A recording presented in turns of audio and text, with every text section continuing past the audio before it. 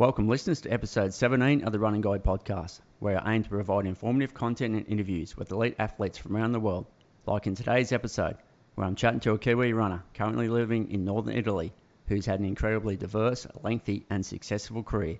That is certainly an amazing running story that I believe you'll truly enjoy listening to. Welcome to the Running Guide podcast, Jonathan Wyatt. Oh, thank you very much. Great to be here. I'm not sure if I'm the first Kiwi you've had on board, but happy to be if I am. Yeah, no, I think you are, mate. Yep, you certainly are. So yeah, no, thank you so much for joining us today. So you'll do the translation for the funny accent then. Yeah. Well, you haven't lost it. Yeah, I guess it's where you're born. You tend to maintain the accent, don't you? Oh, that's right. But one thing you do is find when you're living in a foreign country, you do tend to, you adapt your English to speak, a bit more easily, a bit more slowly, especially with, non-native English speakers. So I'm well aware of the whole of being clearly understood. Yeah. I actually found that when I spent a bit of time over the States with a mate a long time ago, and the Americans would look at each other and go, what are they saying? Because we would just be talking at our normal Australian speed, and they would just go, they're not even speaking English, are they? So yeah, had to learn to really slow things down, especially the Americans. They tend to really exaggerate their words and slow them down. So I understand what you're saying there. Mate, let's start with, how did a Kiwi end up living in northern Italy? Oh, well, at the end of the day, you meet, it's romance, isn't it? I met my wife over here, and in fact, I met her at a mountain running race, but she's a very good cross-country skier. So I've been able to learn about a whole new sport over the last 10 years since marrying her and getting to know what she does. So I wouldn't say I've done very well at it, but it's interesting when you've been running for such a long time. And then you discover something new, suddenly the old, the original motivation sort of comes back again, and you can feel yourself improving as you get better technique and things. So I've really enjoyed living over here. We live in the Dolomites, so right up close to the Austrian border. And at the moment, we've got snow on the ground outside. So instead of running, I often get out and go skiing. Yeah, no, it's a fantastic spot. I'm actually lucky. I've actually been over northern Italy 3 times, and I'm pretty sure I was actually based in a little village not far from you, up there. And I'm trying to think, it was sort of Wolkenstein or something like that. It was Selvia area or something like that. Selva, yes, that's less than an hour from where we are. So you were in the German-speaking part of Italy, and we're just outside of that. We're only 10 kilometres from the German-speaking area of Italy. So very diverse it is. Yeah, no, it's a beautiful spot. I remember I was cycling down and just cycle up over those switchbacks over to the other side down into Austria and that. And I remember catching a chairlift at the top of the mountains, and there was this big crucifix of Jesus not far from that area, and the photos I got were amazing. Yeah. There's plenty of hills around here, so there's no excuse for getting your hill reps in. No, exactly. No, look, the Dolomites, those cliffs, it's sort of unique to a lot of alpine regions around the world. You certainly know when you're in the Dolomites. Yeah, for sure. Very, very, very unique mountains. Those limestone. Very, very dramatic landscape we have around here. Yeah, I mean, look, growing up in the mountains in New Zealand and then living amongst the Dolomites, you must sort of feel like a kid in a lolly shop with an empty wheelbarrow. That's a good way to describe it. Yeah. Look, it's something that I've always appreciated is even from when I grew up in New Zealand, just to put the running shoes on and walk out the door. And just go running out in the farmland or in the forest, and I could do that back in New Zealand, within 10 minutes of running out of the suburb and then into the bush. So that's something I really appreciate living here as well. Just being able to do that. I've never been a natural road runner, and so right from the early days, I've always just loved running out over the farmland and over the hills. And first love was really cross country. Yeah, for sure. And we're going to delve into all that. What's the actual altitude there where you live, just out of interest? just around 1,000 meters here, Okay. but you can go up to 2,500 meters very very quickly, So Sure. plenty of climbs. Yeah, and the snow would be falling at the moment this time of year. We've had December. There was definitely had some good snowfall, so good to get the skiing season underway. Last 3 weeks, it's just been blue skies and chilly, so can't complain. I don't miss the windy days of Wellington where I grew up. Yeah, good old windy Wellington for sure. All right, sticking with the usual opening routine to get the listeners up to scratch with your running history, I'll just run through your PBs, and if you could let us know, anything of interest that you can recall surrounding these races, please, mate. So let's start with your 1,500 metre. You ran a 3:46.03 in January over there in Hamilton in 1999. Yeah, actually, I might have run a little bit quicker than that. God, I mean, I should have actually done some research, because I must say I was very impressed listening to Mr. Crichton's podcast that you did with him, how he was rattling off his PBs, and God, sometimes I'm scratching my head thinking, God, what the hell did I run and when? So I guess I've run almost what we would probably call a metric sub 4, but I ran 3:43 in Wellington, but it was just a club day. It was nothing special, and so I don't even know if it's ever been sort of registered officially. Okay. Just you sort of have periods of time where you look back and you go, God, I just ran 3 PBs in the space of a month or something like that. These sort of purple patches that you get just where the training and everything comes together, and I sort of did that over the shorter distances around that the time I did that. So I think it was 3:43 was and change. Sure. Yeah. Well, yeah, I can only go off the IAAF profile, mate. So that's it. Sometimes they're right, sometimes they're not. That's why I always allow for that correction. I'll always go with the athlete before the app, mate. So I see that, a couple of weeks before, 29th of Jan, you ran that 1,500 and 3:46, but they got you down for the mile 2 weeks before that, if I pronounce it right, in Wanganui, New Zealand. Oh, yeah, Wanganui. Actually, that's it. So they got you there as a 4:01.51. Yep. Yeah, that was a brilliant night. Back in the day, especially around Cook's Gardens, and I mean the town's called Whanganui now, so it had a slight name change. It was famous because of Cook's Gardens track was where they set the world mile record with Peter Snell. Okay. And I know, they'd brought over really quality athletes from the States and the UK, as far as I remember. And so there was kind of this tradition of the mile of running it, and so that sort of continued on, and I guess it was broken and then it was resurrected in the 90s, and I was just it's just great to be part of a race where.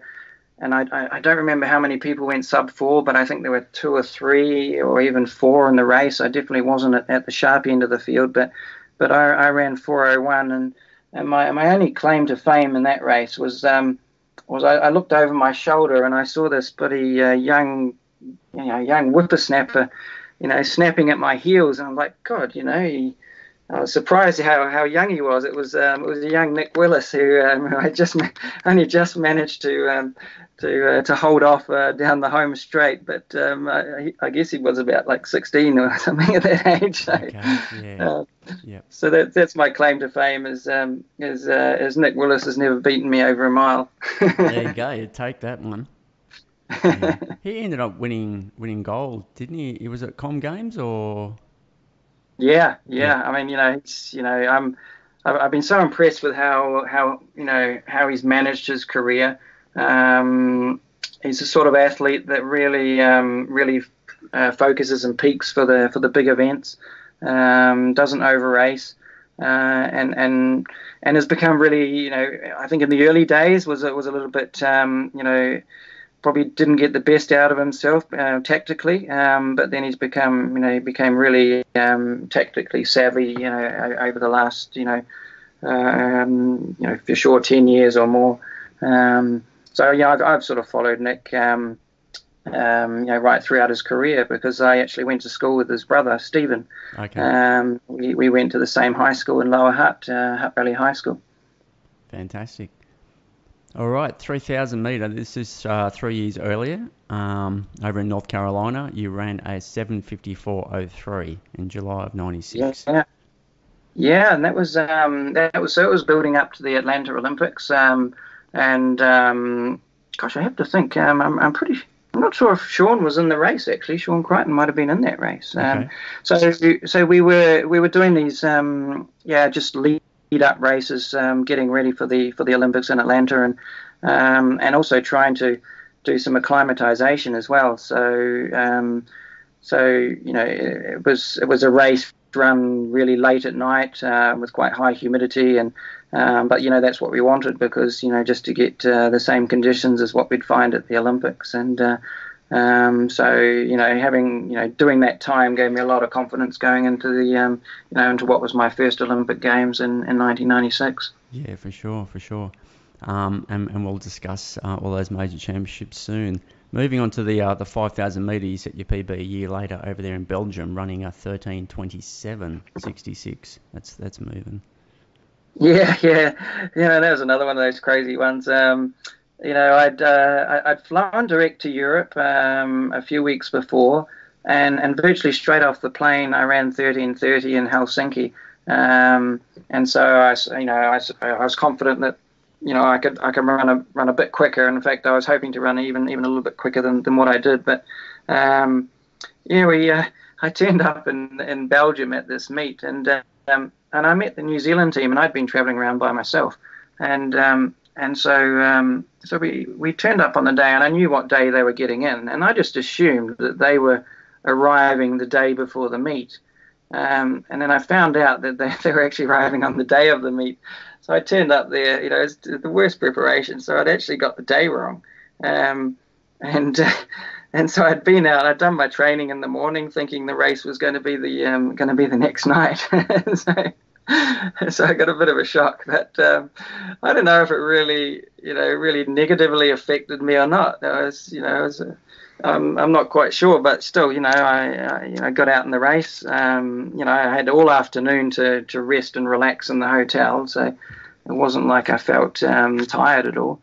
And I'm pretty sure I didn't even finish in the top 10 of that race. There were so many people running fast times. It was just one of those typical European meets where everybody just pacemakers, and everybody just ran fast from the get-go, and at that same meeting the 2-mile world record was broken by Dan Coman, I believe. Okay. So that's going back a few years. I have no idea who's got that world record anymore. It's kind of a strange one, doing world record for 2 miles, but they've set up the whole meet for just a bunch of distance races, and perfect night, and everybody ended up running good times. Yeah, definitely. Okay, the 10,000 metre. Over now, this was in Inglewood. You picked up the national championships with this. You ran a 27:56:80. So this is February 2003. Yeah, that's right. A few years after than when I'd run the other my other PBs. So I'd moved up to 10K, a few years before, and in fact it was sort of at the time when I was getting more into my mountain running, and I guess my enthusiasm for track running was waning a little bit as I discovered, doing a lot more off-road stuff, which I really enjoyed, and I had a crack to try to qualify for Sydney Olympics in 2000 over the 10K, and it just didn't, for one reason and another, I couldn't get in the right races, or if I got in a race over in Europe, then the conditions weren't very good. And trying to qualify in 10K is not easy because there's so few opportunities. And one of the from the southern hemisphere, the best opportunity is really Zatopek. That meeting has always been set up with running fast 10Ks in mind, and there was really nothing on the other side of Christmas at the time. And so in 2003, I mean, I knew I was in great shape, but I wasn't even training for track at that time.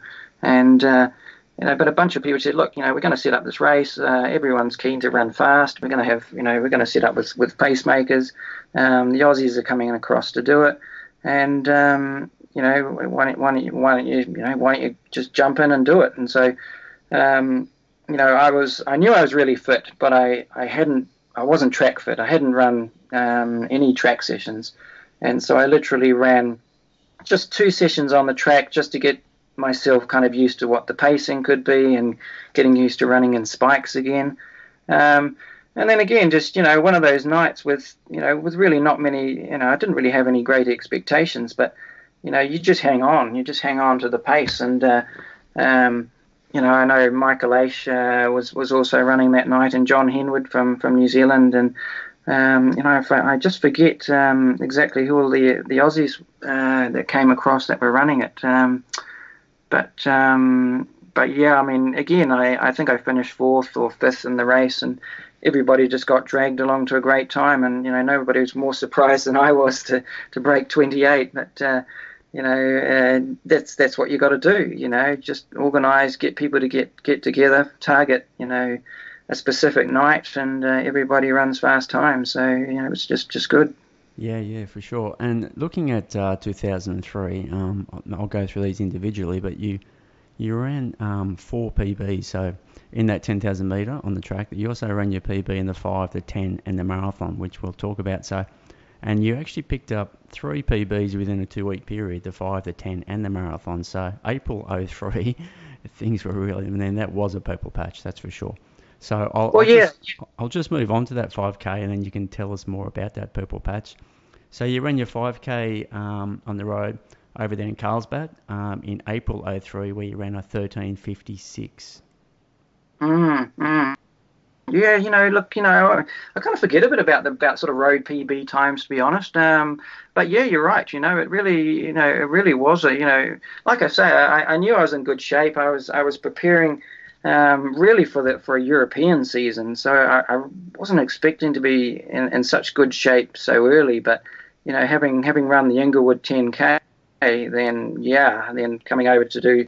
So what I typically do is do 1 or 2 US road races to kind of break up the trip on my way to Europe, if I could work it in with the dates and the travel, then it was great. And in Carlsbad was always a fast race, fast course, and they always put together a good field, and it's one of those things, isn't it? When you're fit, and you can run PBs across a variety of distances, and it's great for confidence. Yeah, for sure. Now, that certainly makes sense. You obviously dropped into the US on the way to Germany. A week later, you ran your 10K PB, 28:26 in Paderborn in Germany. Yeah, that's right. Yeah. Gosh, yeah. So, and with the intention of building up to run a good marathon, and possibly looking back, I might have compromised a little bit what I did in the marathon because of of running so well and so fast over the shorter distances, or I think I didn't get as much out of myself over the marathon as I did over the shorter distances, which that would be how I sum up that period, but again, it was a build-up race, fairly low key, to be honest, and but flat course, the pace was fast, and when you're battling away with a group of 10 or 12 Kenyans, and they start looking around at you, going, what's this guy doing here? And they were throwing in surges all the time to try and break me. So there was quite a group of Kenyans just quite keen because I run so often with the African runners, and it's so much fun. But often they like to break you early, and then they get away, and then they run in a bunch, and then they run kind of rhythm. But on that day, I just remember they kept looking around, and God, he's still there. And then there was another surge, and they kept looking around, and he's still there. So just hanging on all the way. But it's just great to be. I'm a racer. I don't typically look to run times unless I'm trying to qualify for something. So I just like getting out and racing. Racing the guy next to me. Yeah, certainly. Yeah, I agree with that. I love having a race rather than at the time's good, but we're there to race. So when you're actually out there having a bit of a tussle with some shoulders around you, it's a lot more fun. All right, so yeah, a week later you actually ran the marathon in Germany where you did pick up a PB of 2:13 Yep. flat. So yeah, I mean, like you said, you ran the 5 and the 10K leading into that marathon, and you're thinking maybe your 2:13 flat as a PB. You could have done better if possibly you hadn't had those races so soon, or just in general you'd never really focus on running a fast marathon. Oh, I definitely done the training. I was fit. I knew I could do a good marathon. And I just just looking back, I might have just left a little bit out there on the shorter races, because I know Paderborn was close, and I was debating whether to run it or not. I said, "Oh, is it a good idea? Is it a good idea?" And I think that one just might have left me a little bit fatigued. Just a 0.5% still of fatigue still left in the legs going into the marathon. So I always felt I probably could have run a little bit quicker in Hamburg. Which at the end of the day, that was, at the time it was just like, okay, that was a good time. I can run another quicker marathon than that. But in fact, I never did.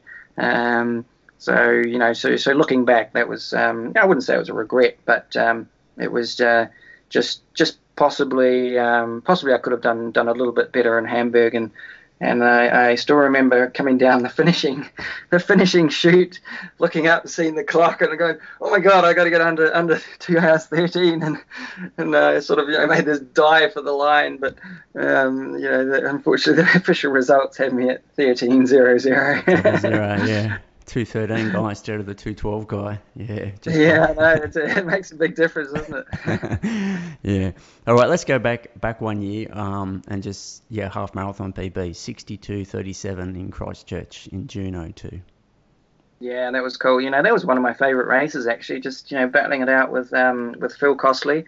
So Phil Costley's been around. I mean, he's about the same age as me, maybe a year older, and he's been on the cross country road and track scene in New Zealand forever, and he still is, and he's still taking masters titles, and I still see his name crop up in the results. So he's had a very long career, but there was just the two of us in the end, and we both took it out and just sparring against each other, and we both wanted the win, and I'm convinced that having good competition like that is the key to running fast times. And when I really made my move, I didn't look back, because I knew he wouldn't be far behind, and so I just ran hard all the way into the finish. And Christchurch is a great course, always has been,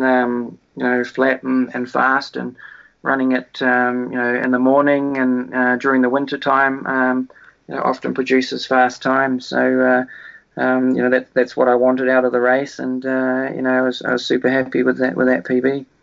Yeah, for sure. Let's head back to 91. You represented New Zealand in the Under-20 World Cross Country Championships. Was it your sort of first taste of international racing overseas? Yeah, well, not the absolute first taste. I'm glad you brought that up.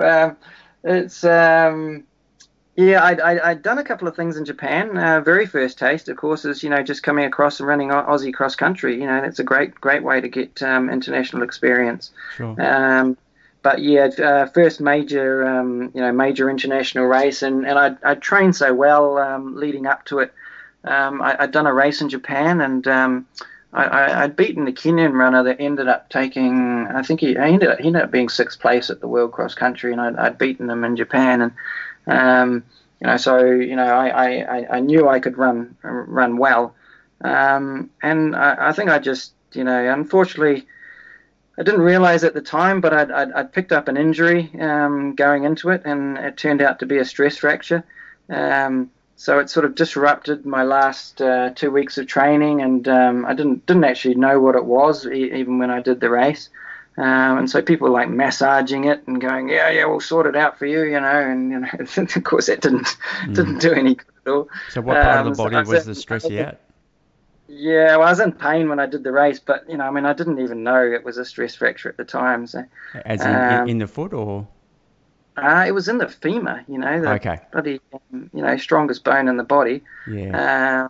And what I'd done is, I'd just been doing some reps on a concrete path, and I'm convinced, I felt it, the day after doing those, and I've sort of learnt, from that, you don't need to always run fast on a fast surface. Do some of the harder work on the grass and look after your body. So so I'd learnt the hard way on that one. But it was my first kind of big international trip, and I was quite keen to get the experience of the older runners in our team. And we had some we had Philip Claude and Rex Wilson, some of the top cross country runners in New Zealand, and we did a warm up race in Belgium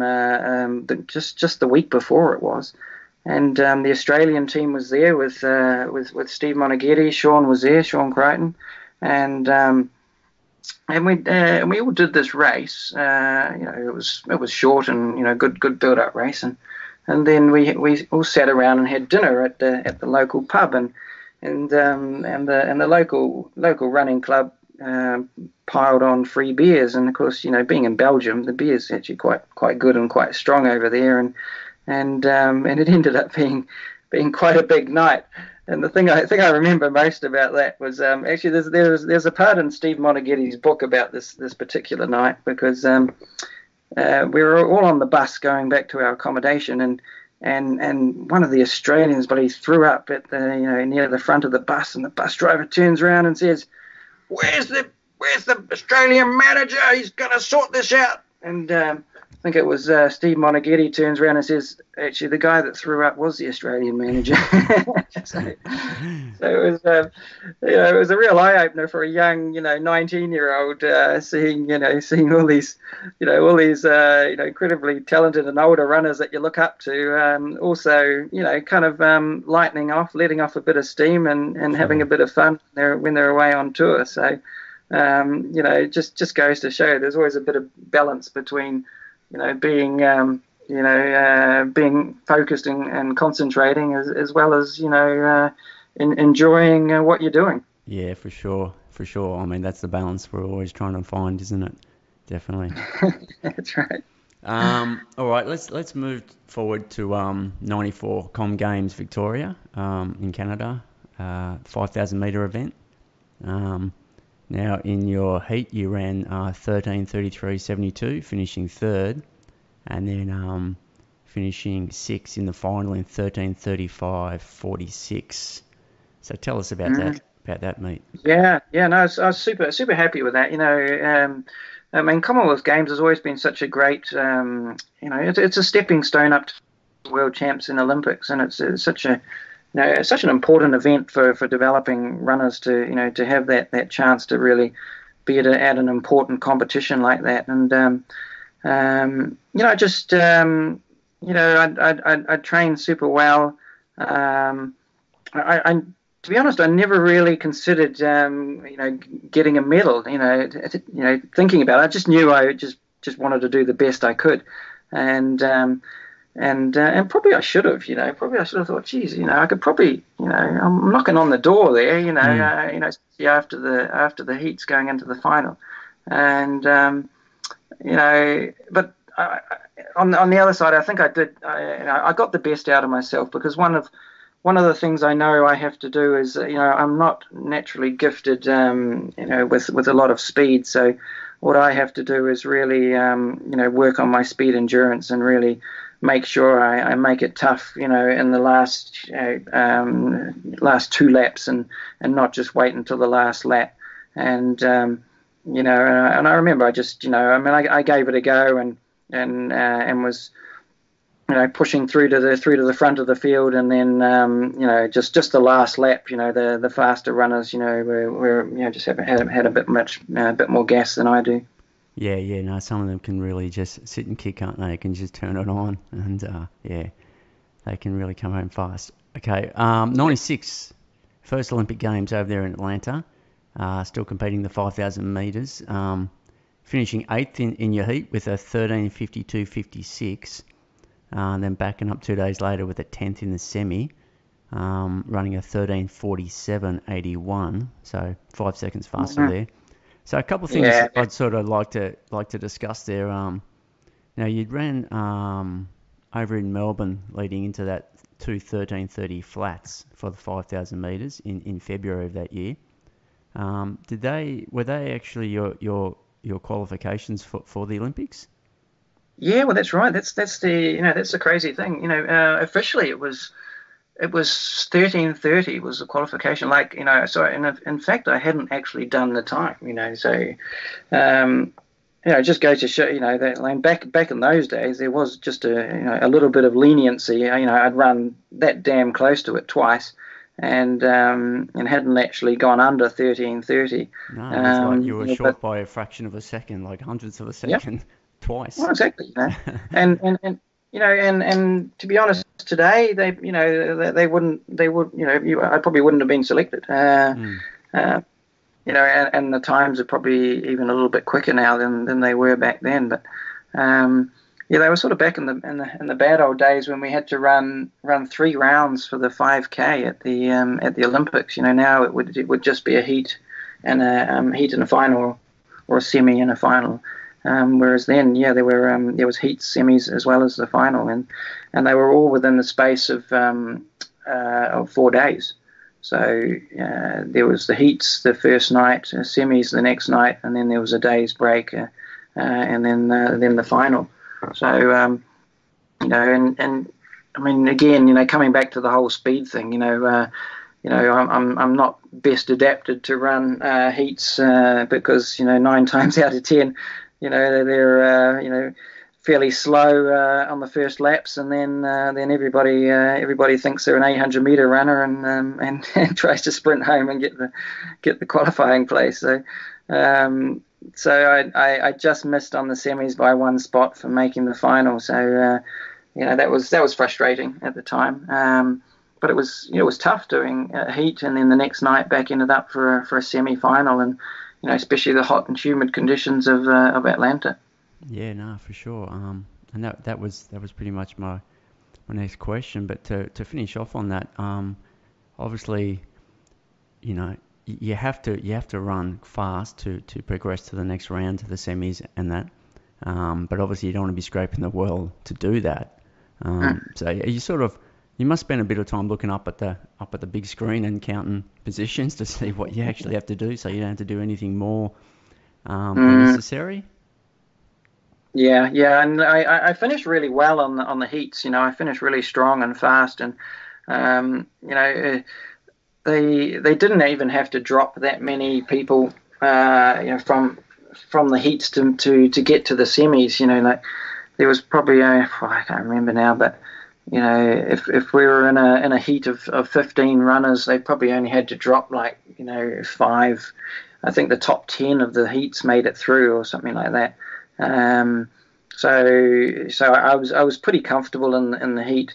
In the semis, it was just nobody wanted to lead it, and so I remember I got out there and pushed the pace, because I just I'm on a hiding to nothing if I sit back and wait, because I just felt I'd prefer to run a race that I was proud of than to not make the final because I couldn't kick home enough.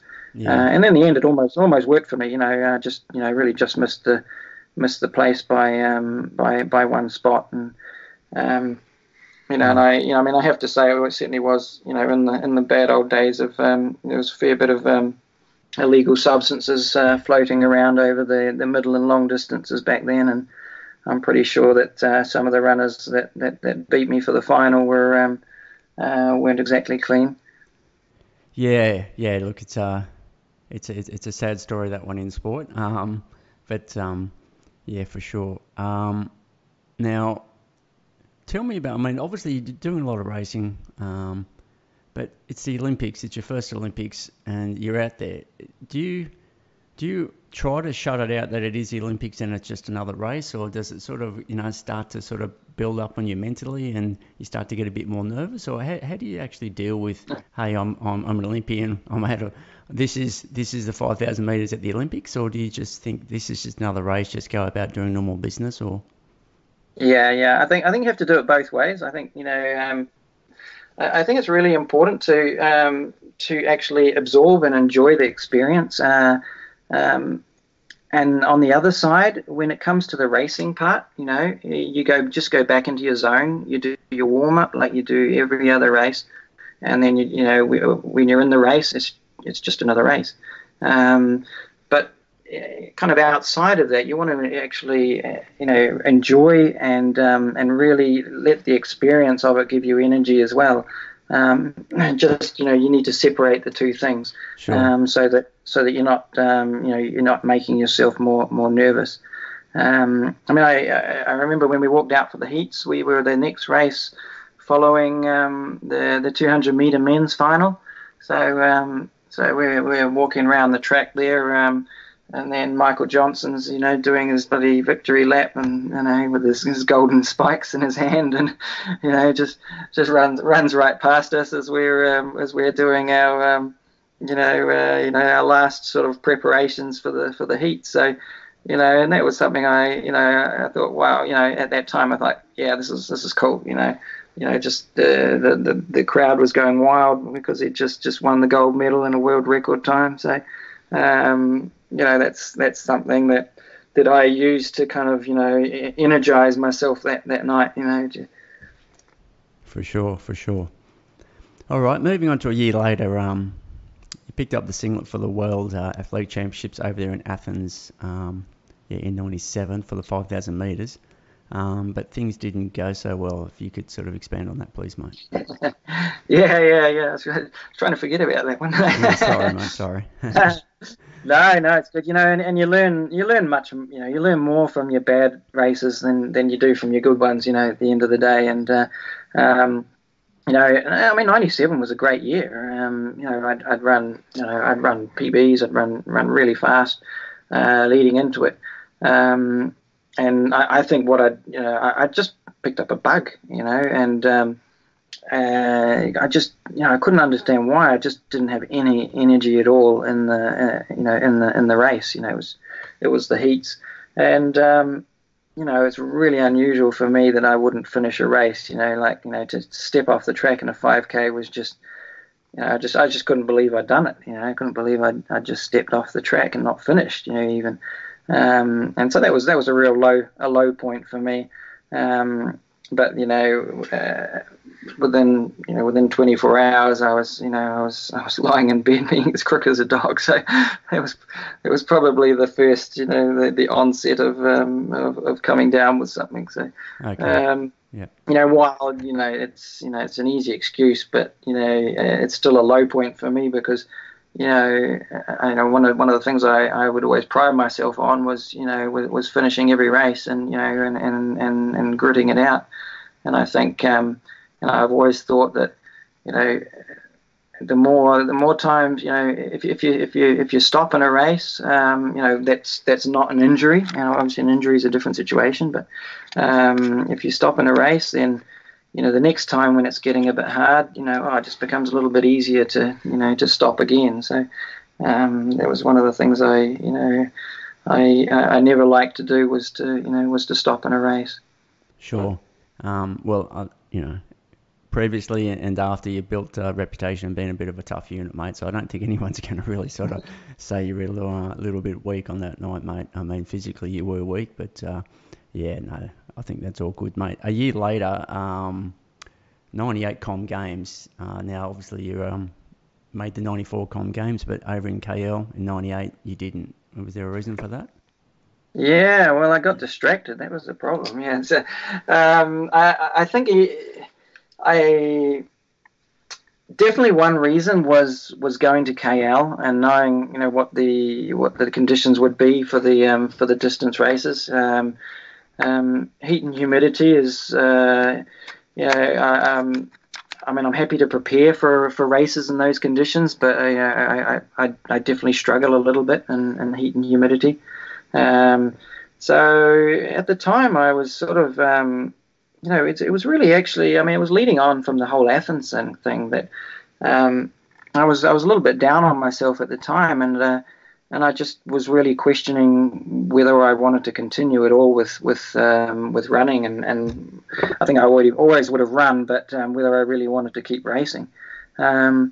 And so, not long after that Athens thing, when I'd been back in New Zealand, a couple of friends of mine said, "Oh, we're going down to do the New Zealand mountain running champs. Would you like to come down and have a go?" And so I did. We went down to Blenheim, and it was an uphill only course, and I always run on the farmlands and up and down the hills, and I got the win relatively, by minutes, I would say, at the national champs, and so I was like, wow, this is great fun, and the world champs were coming up for mountain running, and so that's probably the other reason why I didn't make it to KL, was because that was the very first year I started mountain running. Okay, and we're certainly going to get into that. That's a great chapter there. Okay, so moving on to 2000 Sydney Olympics, you didn't compete there.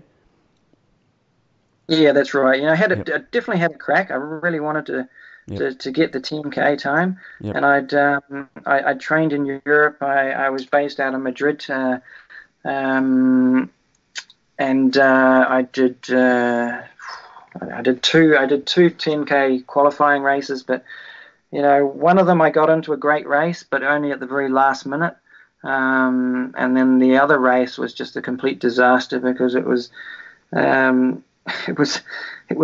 just too hot, and the competition wasn't strong enough to run a fast time. So, I absolutely smashed myself that night, but ended up in a sweaty pile of yeah. What was the time that you needed to make the 10 at Sydney? Gosh, I can't really. I'm not sure, to be honest. Okay. I think it was over 28. It might have been 28:10 or something like that. Okay. Yep. Gosh, going back ahead, just not 100%. Sure. But yeah, 10K is tricky. Qualifying for 10K, you have more opportunities to qualify in a marathon than you do finding a good quality 10K. And that was the whole reason for the Inglewood thing, and of course Zatopek is so important for Southern Hemisphere runners wanting to run good 10K. Yeah, for sure. All right, now moving forward, where you've stepped up the distance to the marathon, 2002 Comm Games over there in Manchester. You ran 2:14:20, finishing in 6th place. Little Aussie Andrew Letheby picking up the bronze there, just in front of you in 2:13:23. Now there wasn't much time difference with the placings around you guys in that second to sort of 6th position. You guys must have been breathing on each other running into the stadium. Yeah, well, it's just I think I mean, it was a funny old race actually, because you're right. Nobody really kind of took the initiative, and hats off to Andrew, because he just he saw the opportunity and just went for it. And maybe I was sleeping at the time, but it was because I saw him move away, And I was like, I knew I should have, I've got to go with him, How far and out was that? I just didn't. It wasn't that far from, Okay. it was well into the last 10K anyway. Yeah, sure. And and I just, yeah, I mean, I think again, it was a race where I got the most out of myself that I could. I mean, I finished absolutely destroyed, but it's such a fine margin, within 1 or 2%, and just at the time it's like, just wonder if I could have hung on to Andrew at the time, but I really respect him for for that performance, because we were often quite similar, and in our times on the roads and things, and of course he was based in Boulder, Colorado, and did a lot of US road running, whereas I moved on to onto the mountain running scene. Sure, sure. Yeah, well, I mean, that was his PB if I didn't mention, and picking up the bronze. So, yeah, I'm sure he's very happy with that. Yeah, Um, yeah, what a time to yeah, do yeah, it. Yeah. yeah. And Lee Troop, the other Aussie, he was just behind you. And Sean Crichton was there finishing in ninth. So, Gosh, yeah, that's right. yeah, yeah, Yeah, yeah. All right, yeah. on to your It next could have been Olympics. Sorry? could have been any one of us on the Yeah, podium well, that day. like I said, there was. I mean, you had you finished there in 2:14. Troopy was a couple of minutes behind in 2:16, I believe, and Mm, Sean was in 2:18. So, but between you and second place, there was practically a minute. yeah. I think the Mm-hmm. winner was 2:11, but yeah, Yeah, yeah, yeah, because I no. remember he used to gone. Yeah, that's right. Yeah. Mm. Mm. Yep. All right, second Olympic campaign, '04 over in Athens, now competing in the marathon. Finishing in 21st place with a 2:17.45. Tell us about that one. I mean, Athens, which clearly would have been hot. Yeah, yeah, yeah. No, the home of the marathon, isn't it? So we started in the town of Marathon. Sure. Um, and of course, you don't really think about it at the time, but yeah. So we ran the original course, but of course the distance had changed. So we actually did this little out and back to make up the extra, whatever it was, 2.2 kilometers. That the modern marathon distance became. So it's quite, I just remember at the time, oh yeah, of course, we've got to do that extra distance. We can't just run direct from marathon to the stadium, can we? Sure. Okay. But I was really proud of that race. I trained as well as I could, and again, I was mixing mountain running and marathon running, which I think worked up to a certain point, but it might have been a little bit better if I'd focused, just a little bit more on road sessions. Um, but still, it was a course that suited me. The heat is always challenging, but it was, it's a relatively hilly course in Athens. You're definitely not gonna run super fast times, and I just paced it well and came through, and a lot of the people that were beating me in road races, before that, I actually beat that day, and so I was pretty happy with the race. Top 20 was definitely what I wanted, but to get close to that was pretty satisfying. And of course, I didn't see the all of the drama with it's made the race famous by the pitch invasion. Yeah. Yeah, for sure, Mm, mate. Look, mm, that or delete. that running career for any elite distance runner would certainly be enough. But during all this, you sort of dominated the sport of mountain running for over a decade, which makes your story probably one of the best out there, if not the most incredible. So we'll delve into that now. You won the Mountain Running World Cup 7 times from 1999 to 2008. In the time picking up 6 World Mountain Running Championships from 1998 through to your last title in 2008, which is the most anyone has ever won, and I dare say will probably never be challenged. Um, Now, I noticed you and Marco from Italy were taking turns in winning that world title there for 7 years. You'd win it, he would win it, you'd win it, he'd win it. Now, I'll talk more about about your buddy Marco there in a sec as his name pops up again. But if I can just get you to clarify, so on the research that I've done, most of those World Championship crowns were part of that World Cup series, and that series involved like accumulating points over the year from the allocated races, and obviously whoever had the most at the end of the year had won, with the world champs sort of distributing more points for that series. Is that sort of how it was structured? Yeah, it was back in the day.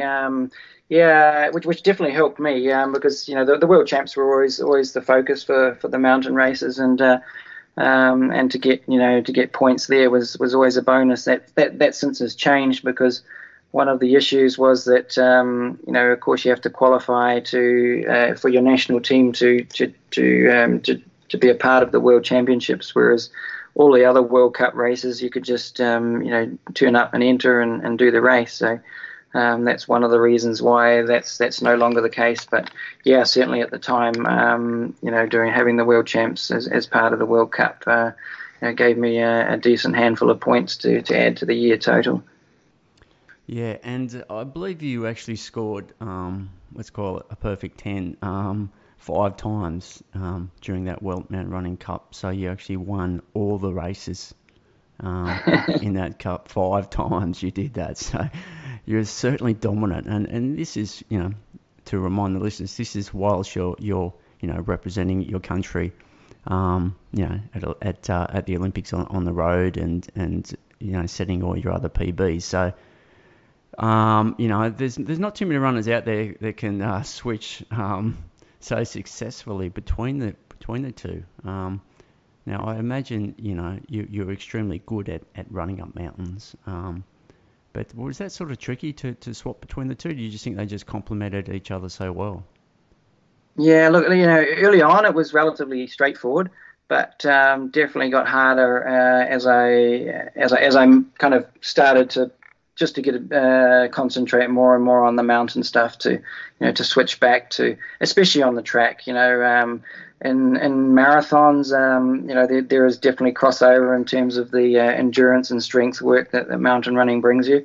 But you still need to you still need to do the flat, fast tempo runs and marathon simulation sessions, which at the end of the day kind of helps mountain running at the same time.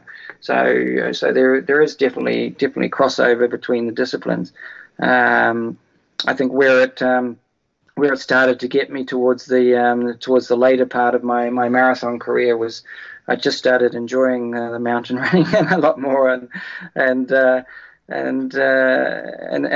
always been one to sort of look for new challenges, So I think through my whole career, starting really as a cross country runner in my younger days, came full circle back to mountain running, which is off road, which reminded me of being back in cross country again. So that was definitely a big reason why why I really took to the mountain running stuff. Yeah, for sure. Now I may pronounce this wrong. The famous race Sierre de Nal. No, that's perfect. Yeah. Okay, so that's racing 5 peaks. Over the height, all those 5 peaks were over the height of 4,000 metres, with a couple of them hitting around 4,500. Now you won that event in 2002. Slightly misleading that name. Sorry? Slightly misleading that name. Oh, so, okay. Yeah. No, I've often thought about that, because 4,000 peaks, right? But the deal is you see 4,000 peaks. You don't actually run over the top of them. Okay, there you go. That's good advertising, good marketing. I know, they're smart. But that said, it's got a hell of a long climb right at the start of the race. Okay. We start around 350 meters of altitude, and you move pretty quickly up to well over 2,000. So it's got some solid climbs. So what is the total elevation during that race? You got me. It's over 2,000. Okay. Yep. And with some descending back into the town of Zanal. But it's become a really iconic race. Sure. Because because of the way that the whole sport has developed, with ultra trail running, mountain running, and what we call sky running.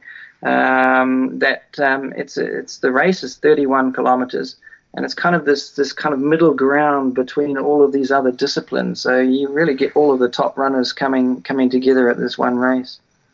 And you won that in 02 and 03. Now you set a course record there that stood for 16 years until Kilian last year finally got it with his 7th win of the event. Now, the reason I mentioned Marco is I looked to see who had got closest to that course record that you set back there in 03, and I see his name pop up again. So he got within a minute of your time a couple of times when he won the race. Were you actually competing those years when Marco won it and he got so close to that time? No, I wasn't. I had a long break from that race, actually. I ran it 2003, and the next time I came back was 2013 as an over 40-year-old. And, Marco de Gasperi and myself go back a long way. And if you look at the results sheet of the World Championships, it does look kind of strange that one year I win it and the next year Marco's name's there, and then the next year, because the way it's structured is 1 year is an uphill only race, and then the following year is an up and down, so a circuit race. And Marco is really incredibly talented downhill runner, very good technically. Over difficult terrain because he his home is high up in the Italian mountains, and so that's the reason why you see 1 year my name and then in the next year his name, because he's much better on downhill and I'm better on the uphill. Okay, that makes sense. Now when Kilian did get that course record, did he sort of text you over a pic of his finishing time on his watch, or did you have any words with him? Or I've known Kilian for a long time because I've been a sponsored runner with at Salomon for about 10 years, and then was working for Salomon for some of those years as well.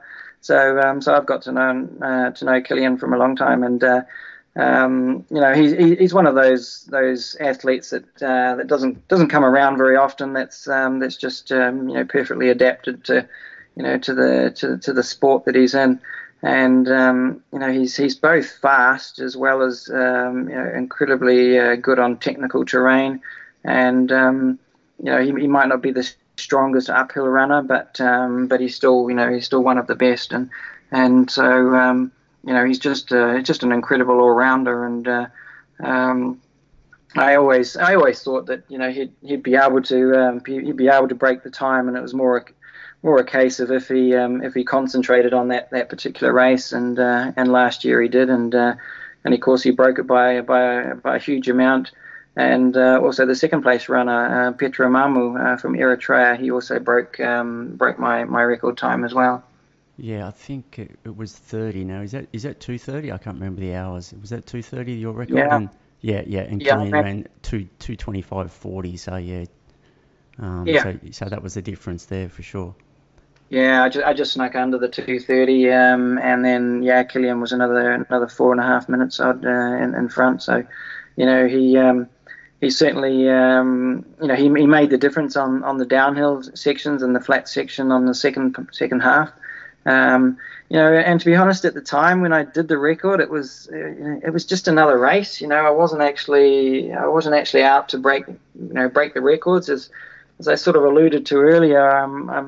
I just enjoy racing and racing the other runners.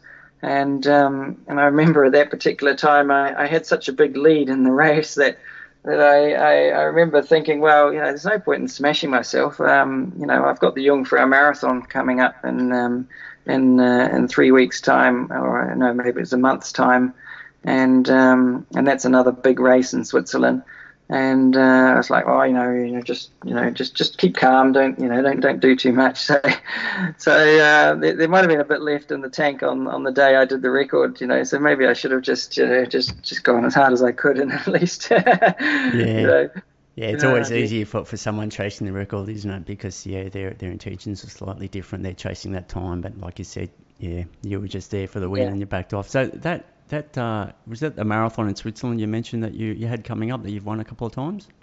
Yeah, that's right. And it's interesting race because it's really a combination road race and mountain race, and then and starting in Interlaken and finishing at the kind of at the base of the looking at the Eiger North Wall, and pretty majestic location. Definitely an iconic marathon race. Yeah, and your winning times were just around 3 hours, so it's obviously got a bit of climbing in it. Yeah. Don't look for a PB on that course. Yeah, for sure. It did 2:49, I think. Yeah, on that one. Yeah.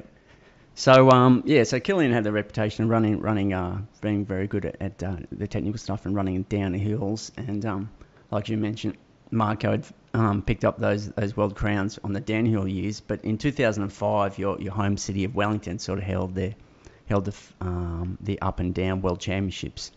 You thought, being a Kiwi, you're going to have to go and do it, and you ended up winning it, mate. So that must have been pretty awesome. Yeah, definitely a highlight, of my whole running career. I mean, how many times do you get the chance to, to compete in your hometown, at a world championship event, and so a real highlight. And I guess my only regret really was, that we had such a good rivalry.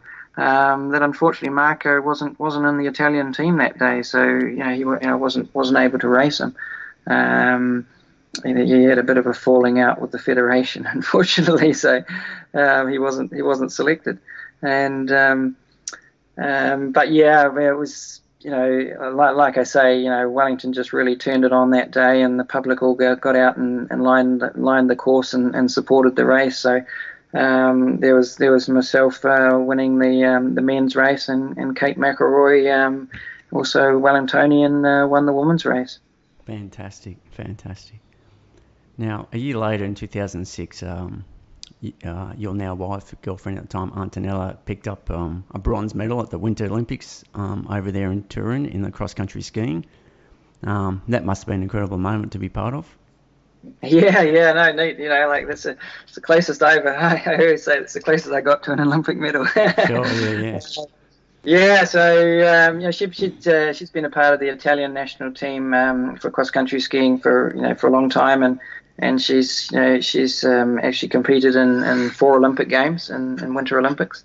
So she's had a good long career, and and of course the Italians at that time had a very, very strong women's team, and to be standing on the side watching her do her leg because it was the relay race that she won the medal in was incredible, and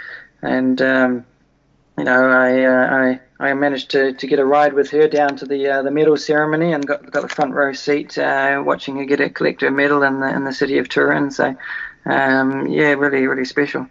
Yeah, no, fantastic. And unfortunately 06 wasn't a great year for you, as in defending your world title over there in Turkey. Mate, tell us about that story. Oh yeah, God, you're well informed, you see. Well, yeah, I was in good shape. I was up for it, but it's an uphill course in 2006. So normally that's the type of track I would do well in, it's interesting looking back. I'm actually really, really proud of that race because that race I just ran myself into the ground and did and I was beaten by a better guy on the day, so I was beaten into second place. And while it might be easy to use getting bitten by a dog 3 days before as an excuse, I'm not actually sure how much of a difference it really made to the result, but. Of course, it hardly helps getting bitten by the local livestock when you're out looking at the track. That must have been a bit of a scary incident. I mean, yeah, it was a bit at the time because you're thinking, well, I'm out in the back blocks of Turkey here, and there were 2 dogs and they jumped on me and knocked me over.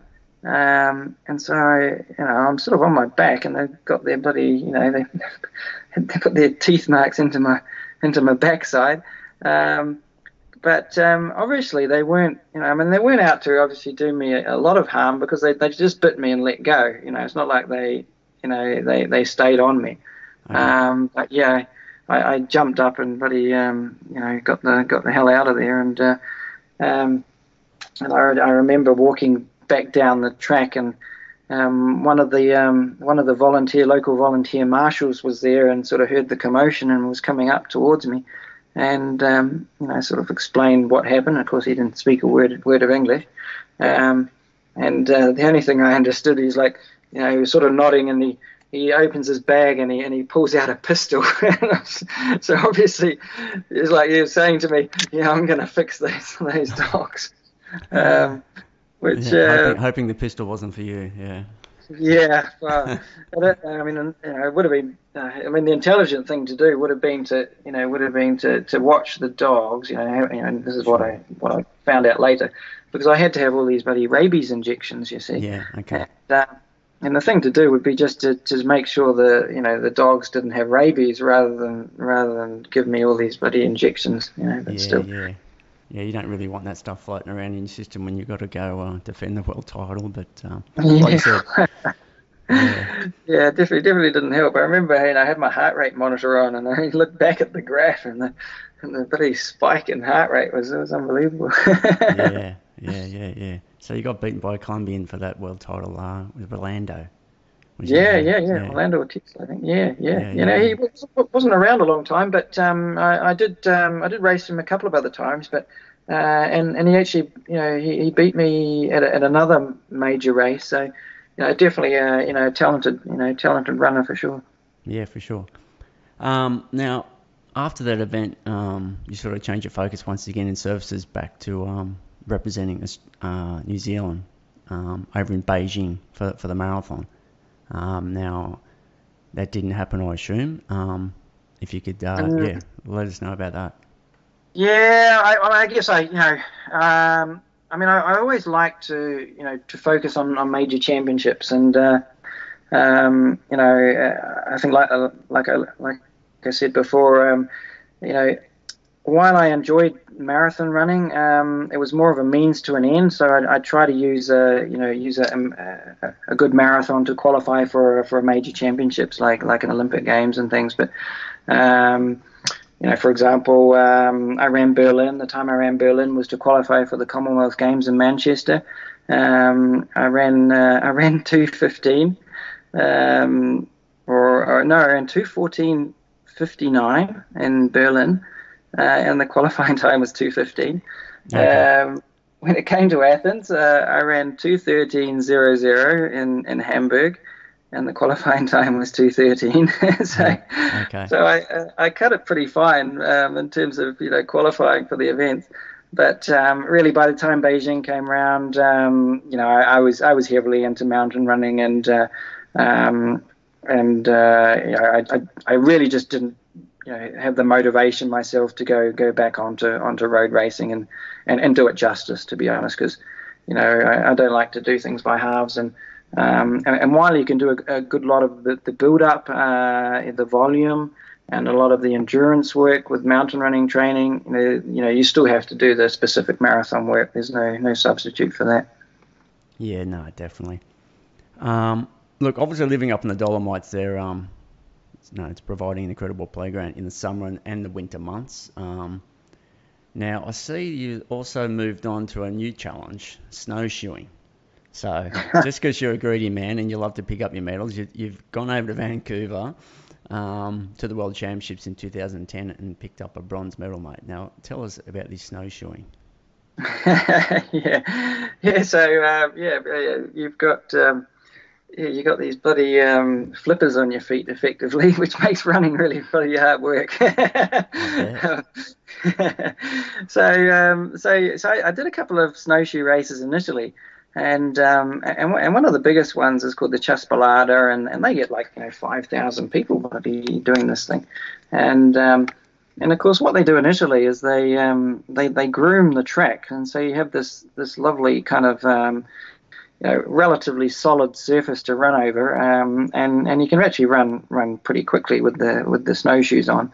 So the snowshoes themselves, there's a regulation on there's a minimum length and width of them that has to meet.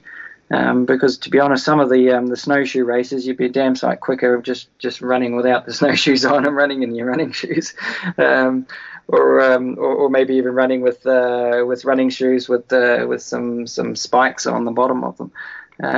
But yeah, the snowshoe races themselves have that regulation. When it came to Vancouver, in North America, they have a different definition of what snowshoeing should be. So it had been snowing heavily up on Grouse Mountain, and they'd had it. The course was up there on the top of Grouse Mountain, and so the gun went. I fell over at the start, and so I was back in the pack, and then sort of managed to get through to the front. And then was running away, and then the course dived off into the forest, and it was like fresh, deep snow up to basically your thighs. It was it was half a meter deep of snow, and it was just impossible. So basically, I stopped, and then let somebody else go in front of me to make the track, because if you're leading, going through this bloody fresh, soft snow. It was such hard work, and I just remember it was one of the hardest races I've ever done. I was just absolutely destroyed by the end of it.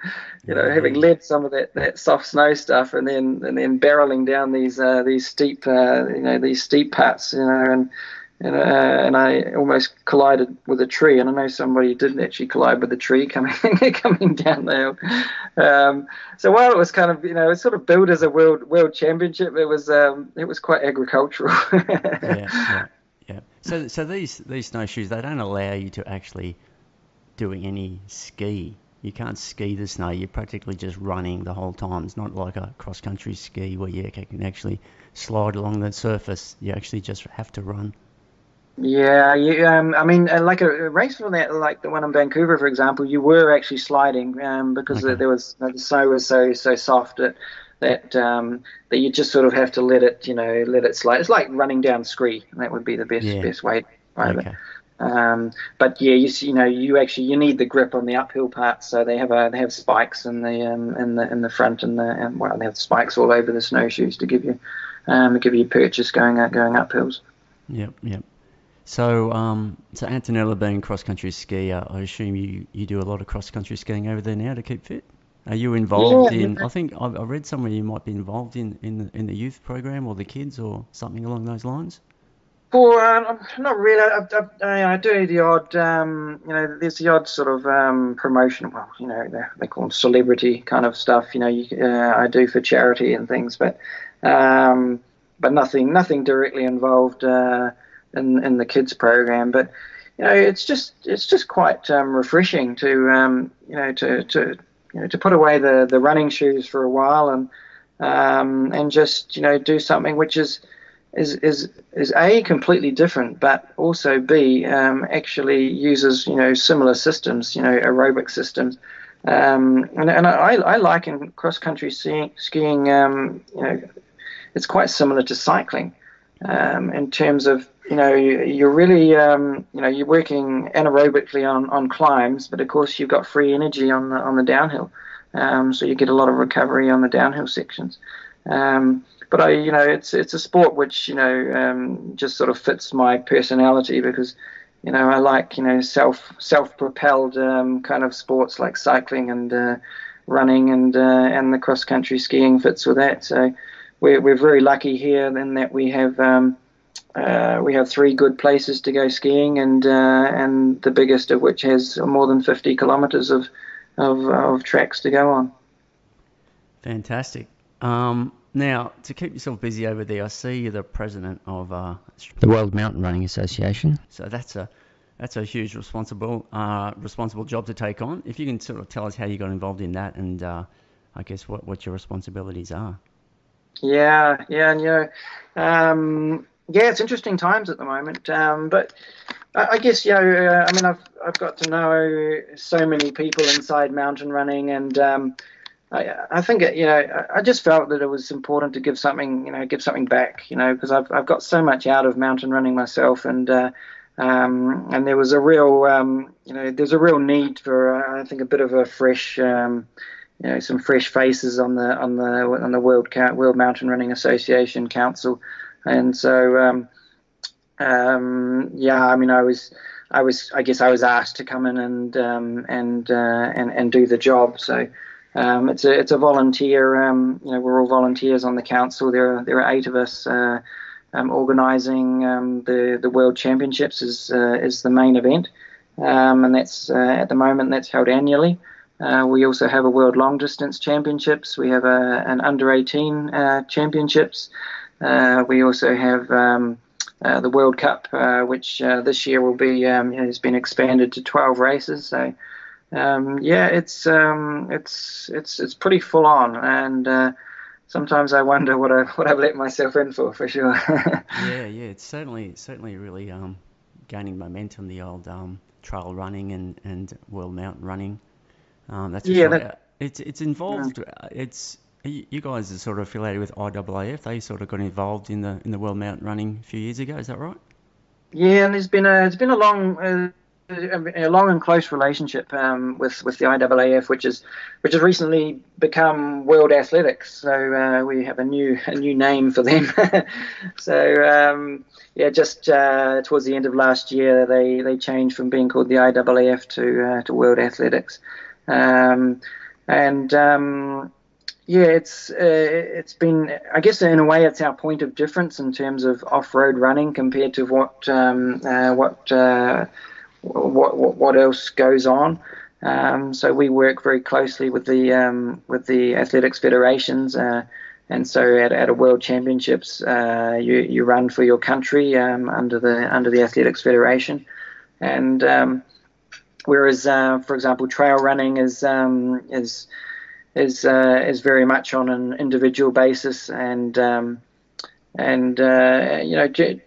give them, to be honest, they've really captured the mass market, and for sure mountain running needs to not only catch up, but needs to be present on the on the world stage, and also be be attractive for the everyday runner as well. So that's something we're working towards on the World Cup, to really expand it and open it up to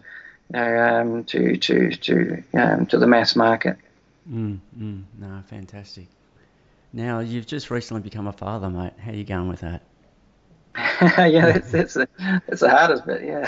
Sure. Yeah, new adventure. So we've got little Dorothy now, and she's pretty close to one year of age, and yeah, we're a bit worried because she's racing around the house like nobody's business at the moment, on all fours, and with my wife being a cross country skier and me being a runner, I don't know what we've let ourselves in for there. So yeah, so nice pedigree there, mate. I'll just calculate about 4 or 5 Olympics away, and I'll look for her name. Yeah. Yeah. Look, I just hope that we can give her, our enjoyment for, our love of the outdoors, and that's what what I've got so much out of running, and Antonella as well with cross country skiing is, we just love being out in the hills and the mountains, and being out in fresh air and nature, and we're competitive, but the reason for doing what we're doing is because we just love getting out and going running and training. No, fantastic, mate. Look, you've given me 90 minutes of your time, so I really appreciate it, mate. Look, thanks for being a guest on the Running Guy podcast. Yeah, well, thanks for having me. I was expecting a tougher time with being a Kiwi on here. No, not at all, mate. Not at all. I didn't even get you to say the number 6, so it's all good. Or fish and chips. Mate. Yeah, but I didn't mean to say at the beginning, but my hearts go out to all of the folks in Australia suffering with the forest fires there, and following it from way over here seems a little bit surreal, but really thoughts are with them. Yeah, no, it was certainly a tough time, especially it being around the Christmas New Year period, and yeah, it was a bit miserable. Hopefully things are starting to settle down now. The conditions have changed a little bit more favourable here in Canberra, but Yes. so yeah, it was a tough time, and no, look, thanks for that. Yeah, well, Look, hats off you for dedication for carrying on training, and adapting to the conditions, because not easy. yeah, no, for sure, for sure. Look, I can't think of any runners on this planet that have sort of matched your sort of diverse and highly successful career. Certainly incredible story, and looking forward to reading the book. Oh Very gosh, well yeah. put. Yeah, we didn't go into stair running either, but that's another whole. Oh, okay, all right. Well, start working on that book, mate, because I reckon it's going to be a great read. Yeah. Yeah. We'll leave that for another time. For sure, mate. Look, all the best for the future that lies ahead, and thanks again so much, Jono. Yeah, hey, no problem. My pleasure. Yeah, cheers.